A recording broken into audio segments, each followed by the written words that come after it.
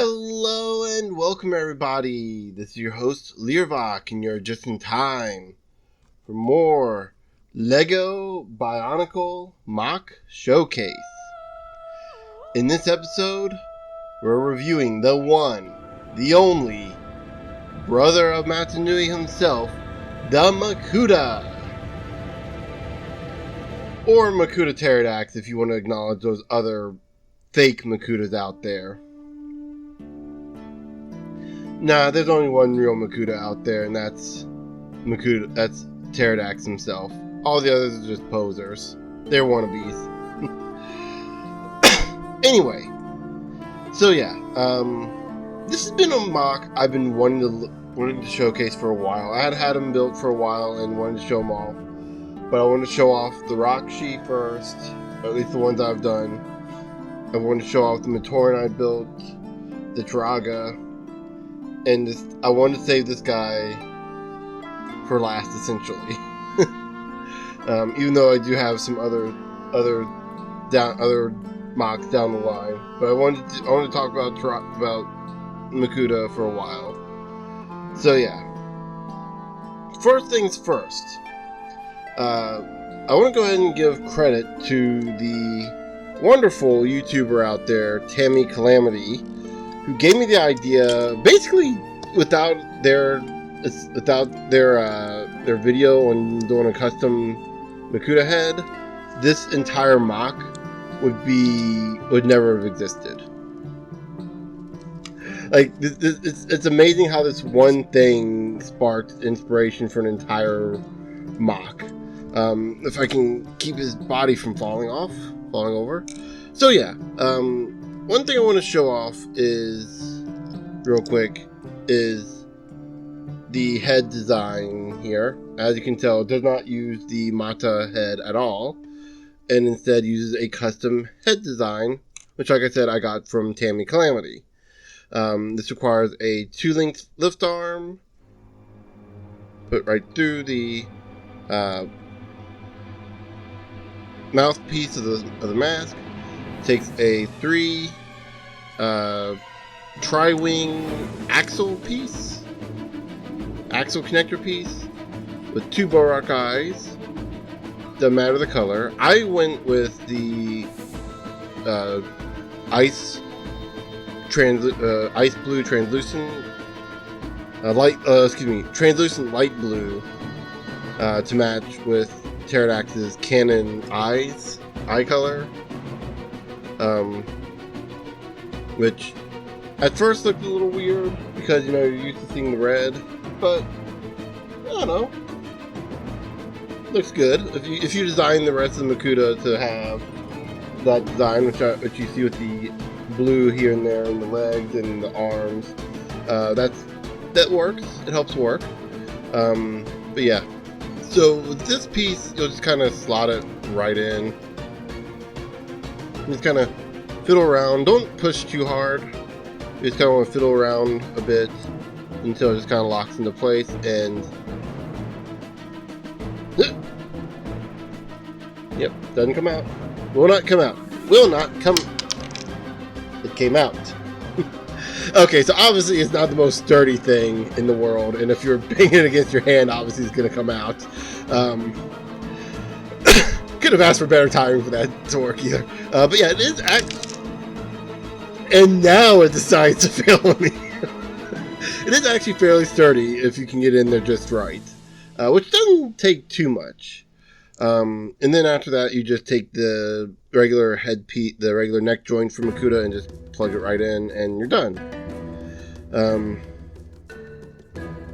That's Tammy's design, which I think they actually got from a Bionicle forum as well. And I thought there's some ways you can improve this, right? There's got to be some ways you can improve this, because you want to be able to kind of, from all angles, be able to convincingly think this is a head. And so I looked at the design and I thought about completely rebuilding it, redesigning it, and trying to figure out other things. And I really couldn't come up with anything until I saw this piece. I looked at this piece and thought, from the right angle, it does kind of look like the back of a head. And so I took a bush piece just to fill that in. Took the weird connector piece, put a half bush down here, and slotted it right in. There we go. And the bush piece helps keep it from wiggling too much. We got ourselves a really good, in my opinion, really good half head design that, from all angles except for the bottom, will hide the fact that Makuta is just the mask and head, like not even really a head. But I think it works very well. And of course that didn't go in right. I think it works really well, and I feel like it helps complete Makuta. I was originally going to go with a black piece, the black connector piece for the back of the head, but I thought the gray worked better because it would be like, oh yeah, that's his actual head. It helps stand out more against the mask. So yeah, with that said, with all that, with the credit given where credit is due, let's look at the rest of the figure. So the upper limb, and I just dropped my tablets. Damn it. Okay, sorry about that. Anyway, like I said, the upper limb uses basic CCBS designs. Translucent blue with a one hole in it, one pin in it, an extender piece, and then two holes in the arms, in the second length arm, and then just basic connector piece, because I really don't like using the Bionicle, the Hero Factory hands. I like using the original connector pieces as hands for some reason. It's weird. I know it's weird. Oh, but they're not actual hands. I like these better. That's what I grew up with. But yeah, so that's on both arms. And you may notice a bit of the asymmetrical look here. We got a claw thing on his arm here, which is supposed to represent his dark hand. Originally, I wanted that to be hit on his chest, the dark hand thing, and that it would be this piece here, and it would fold out. Like you'd lift his head up, fold these claws out, come out, and then assault you like a dark hand. Like the dark hand, like in the second Bionicle movie, Legends of Mata Nui, where he had the dark hand thing come out. But I just couldn't figure out a way to make it look good. So I just decided to make it part of his body. I liked the way it looked when it was connected to his body, so it looked good. And so I kept that, and then gave him this claw to have as kind of like homage to that. Then you got this piece here from one of the Skull Warriors. Kind of helps fill that whole darkness out. Dark. There we go. On his other arm, you'll notice he has some gold pieces. This is to represent the last bastion of.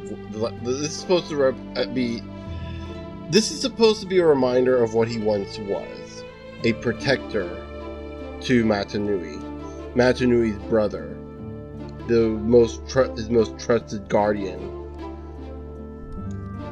before Makuta became evil, before Makuta lost his way, became jealous of his brother, and decided to become evil. This is a reminder to him and a reminder to those around him that even the most trusted people can become evil. The most trusted people can betray you. So yeah, bit of a twisted way of thinking that, right? But it works because it's Makuta. It makes sense. As for his Staff of Darkness, I'll go ahead and look at that real quick. This is a in my opinion, much better version of the version we got as a toy. This uses Krika, a blade piece from Krika, and a blade piece from one of the element beasts, I think they were called, from the Bionicle Gen G2. I saw this piece on Bricklink and thought it looked really cool, like with the black and the black and the orange kind of effect. And I wanted to use it for something, and I just put it on here as a lark, just be like, be kind of, let's see how it looks. And I didn't hate it. I thought it looked really cool. I started thinking it looked really cool. And then you got some like kind of gold blade pieces here because I thought it helped fill it out. Helped fill out the blade, fill out the staff, make it look complete. And the gold works, especially with the arm that he holds it in, which is the arm with his gold armor.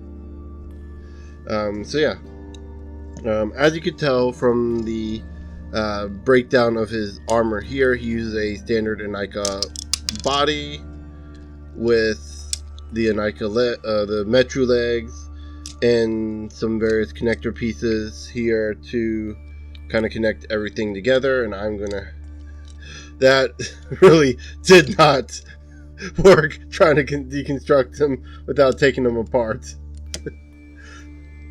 I mean, I guess that's technically what you have to do with any character, right? You gotta deconstruct them, you gotta tear them apart completely before you can rebuild them, right? I mean, all I'm saying is, in a lot of ways, Lego is like writing a story. You gotta deconstruct. Sometimes you gotta deconstruct in order to rebuild from the ground up. It's a metaphor, man. Okay. Anyway, let's go back. Let's go back here. We got the back of Makuta, which is we have his wings. These Technic pieces. I have always been fascinated with making a wing out of these particular Technic pieces, but I never had enough of them until recently to make wing pieces, and so that's what I did. Gave Makuta some wings. Now, that said, I do want to see about getting some wings like these, but in black, not sand green, which at the time, I think there's one other color like this. I think there's a red one that just came out from Ninjago. I think it's the same piece. But this was what I could get at the time, and I thought these were so cool, and I wanted to make the wings. And it was even cooler when I realized these wings could fold up. Oh my god, I love these wings so much. Lego, keep making stuff like this. It's so cool. I want to make cool dragons. You guys have seen my YouTube username. You know what I'm about. Don't act like you don't know what I'm about. Anyway, so yeah. Made cool wings here. I wanted to make them fold downward, but I had trouble getting them looking right. And also I wanted to have a place for the cables here to go, the tube cables, to go for Makuta's claw. Why does he have a cable? Why does he have a claw thing there? I don't know, but it does make him look cooler. Speaking of, I wanted to talk about these little pieces here on the side, which kind of help thicken him up a bit, and also give him a bit more color than just being black and dark gray. So yeah, so that's why, if you see any of the silver, that's why he has the silver. It's to kind of help break his colors out a bit more. The red here is basically where I could put the red. I didn't want the red to be too much of his design. But I felt like, I felt like I kind of got lucky with the amount of red I used on him, just enough. But anyway, next up, we're going to have to break him down a bit to show off the completely 100% custom built legs and feet. We'll go ahead and start with the feet at the bottom, which started off as his original toy feet, that you can actually see paying a bit of homage with the way the pieces go on. But I quickly found out that those are going to be way too big for what I wanted to do. And so I scaled them down a bit, and modified them quite a bit. And then started working on building his leg. which, you know, I was originally going to use one of the these Skull Warrior armor pieces for the leg, but it just didn't look right. I wanted something that would fill out his leg a bit more, and so I went with this armor piece. Other than that, it's fairly basic design, just kind of using a bunch of lift arms to kind of fill up the leg, up until the point here where we got it connected to the next leg. Use these Visorak legs to kind of thicken out his legs a bit more. I really wanted to put a piston in, partly because he's a big guy. Makuta is gigantic, and in fact, I'll do a size comparison here in a second once we're done with the legs, to show how big he is. I wanted him to tower over everyone else I've built, even the Toa. So yeah, so he had to be big. He had to be a tall guy. So we got the next, and yeah, that also required him to use the pistons. The pistons had to be used to kind of help keep him from bending over. That's something that LEGO would do with the old Titan sets, because the ball joints just weren't tight enough, so they would use pistons to kind of help keep them from falling over. They also used these extender pieces here that help to keep them from falling over as well, which for Makuta here, it sort of works. I probably should put one down here, but I just don't really have a spot to put it without making them super weird. But yeah, it's also not that big of a deal once you get them posing and everything. I put in some translucent blue pieces to kind of show that he's not fully living anymore. One of the lore things in Bionicle is that Makuta gave up his body to basically gain super shadow powers and the ability to like shapeshift and change form, which is why you originally see him as a rusted little Matoran in the original Mata Nui online game, and then later on he has the actual physical form, and then after that he inhabits the body of, I think it was Maxilos, which I bought Maxilos back in the day, not knowing that it was Makuta Teridax the whole time, and learning later on about that. After I'd taken them apart, I'm like, oh, it's kind of cool. I bought the Makuta twice, technically. I just bought this guy because he looked cool, and he had a cool. I think Maxilos had a cool animal beast with him. Kind of the same reason why I bought Vizon originally. Vizon looked cool. He had the cool cape, and he had the cool monster he had with. You got like 2 toys in one. 2 toys for the price of, well, 2 toys really. That's how much it costs. Yeah. What was I on here? Oh yeah. Gotta do the size comparison. I'm going to use Pohatu because Topaka, because one, the white Toa will blend, will stand out very well against the black Makuta, and yeah, he's looking quite small compared to Makuta. Do a back-to-back. Yeah. Keep in mind, I've mentioned this before, but my Toa have this kind of weird height difference where the 2 smallest have like, are slightly smaller, about like I think it's like a brick or a half brick, smaller than the medium guys, who are a half brick smaller than the tall guys. So it's like not like a huge height, but like Kopaka is the tallest of my Toa. Him and Gali are both the tallest, and boy howdy are they! That is towering. Like, they're dead center, like, back to back. And you can just see how much bigger Makuta is. And Makuta's not technically standing upright. Let's see if I can get him standing upright. There we go. And he towers even more. Like, Makuta is legitimately, in order for me to get him entirely in frame, I have to push him pretty much to the back to get him in frame. And even then, his weapon still doesn't get in frame. Whereas... yeah. It doesn't look it, but I guarantee, but they're like toe to toe in term, like, there you go. Now they're toe to toe. I had to readjust.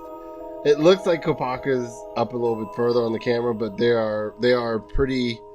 Let's see if I can find a long enough. I do not have a long enough thing to represent like a ruler or anything. Well, I guess I could use Makuta's staff. That'll work.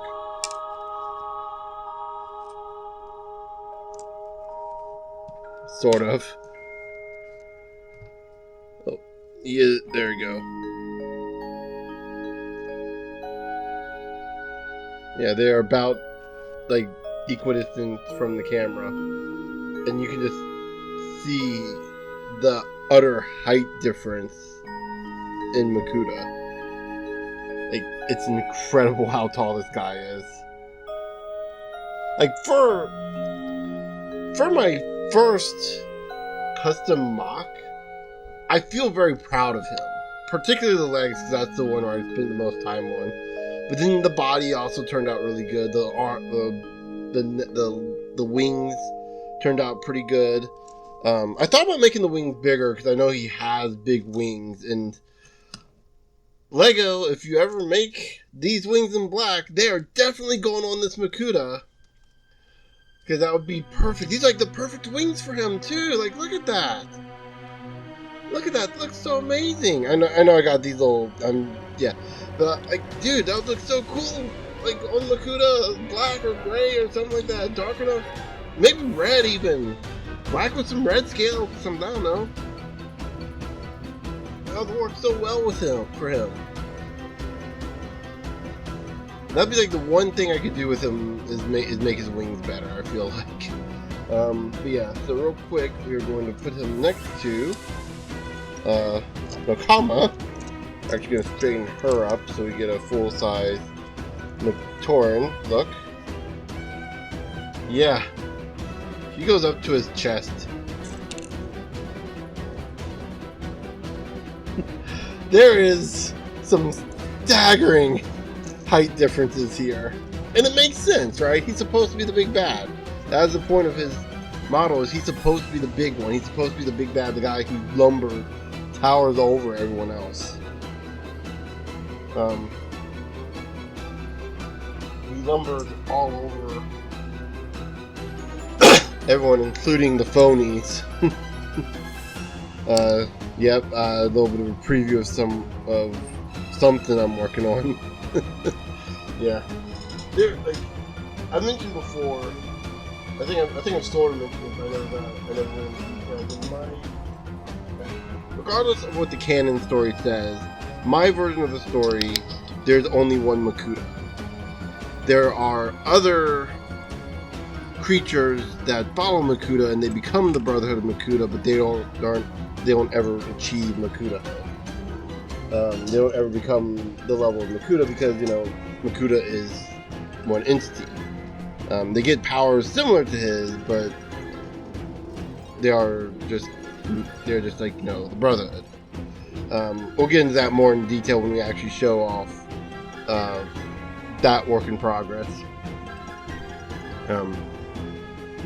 But yeah, this is Makuta.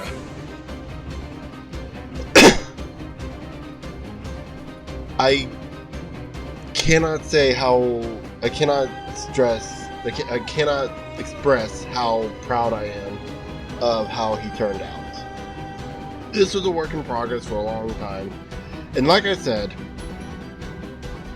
That one video that Tammy Calamity put up about doing the modification for Makuta to get a better looking mask, to get a better looking head for the mask.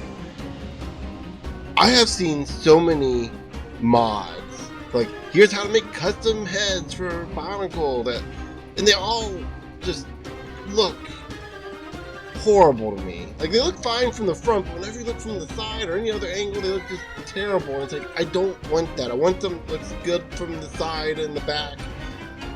You know, that's not immediately noticeable that it's just a piece of, like, just brick built, you know? That's not immediately noticed that it's been shambled together a bunch of random pieces. That's something that could look like a real head. And this one worked out very well. I know I had to modify it, but the fact of the matter is that this was the mod that got me to build Makuta. This head mod. It got me to buy the $25 masks. The $25 mask for Makuta. Like, this is the most I've spent on a single Lego piece. And I don't see myself spending anywhere near this amount anymore. I spent $12 on the Mask of Light, $6 on the crystal version of that mask, which still blows my mind that one's the cheaper of the two. I will not spend however much it is for the movie version of the Makuta's mask. That's more expensive. I mean, yeah, it makes sense, but then the crystal mask is less. I don't get it. Pete collectors, come on. It's just weird. Whatever, I got the crystal mask cheaper.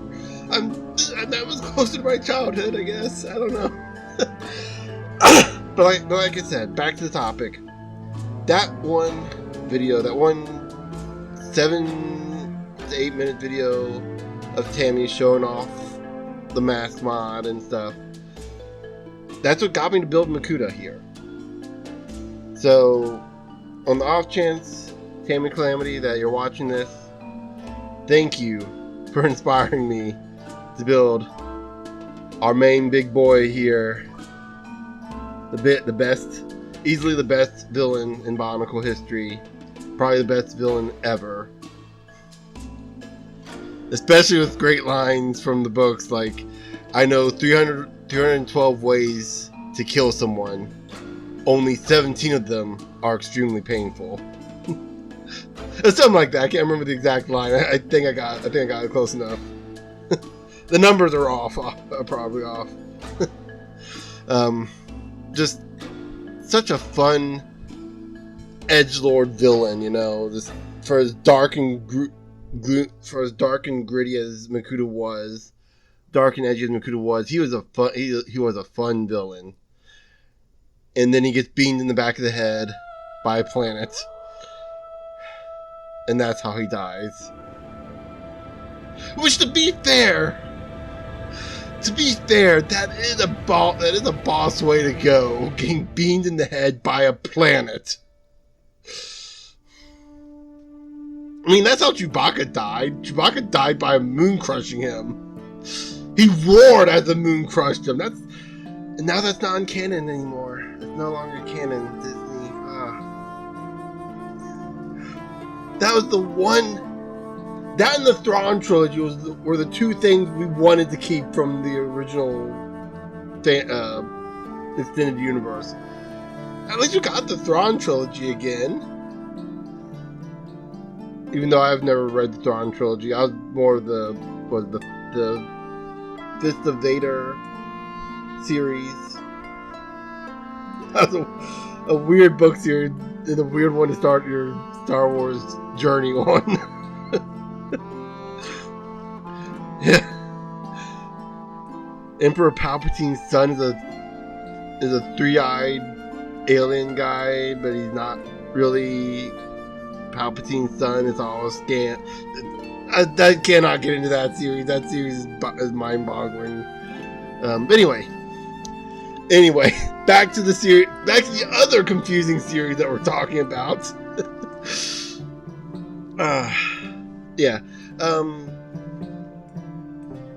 Makuta Teridax, such a great character, and I'm so proud of how this MOC turned out in general. with all that said, I think it's time I go ahead and end this video off. So, yeah. Until next time, I'll see you guys later.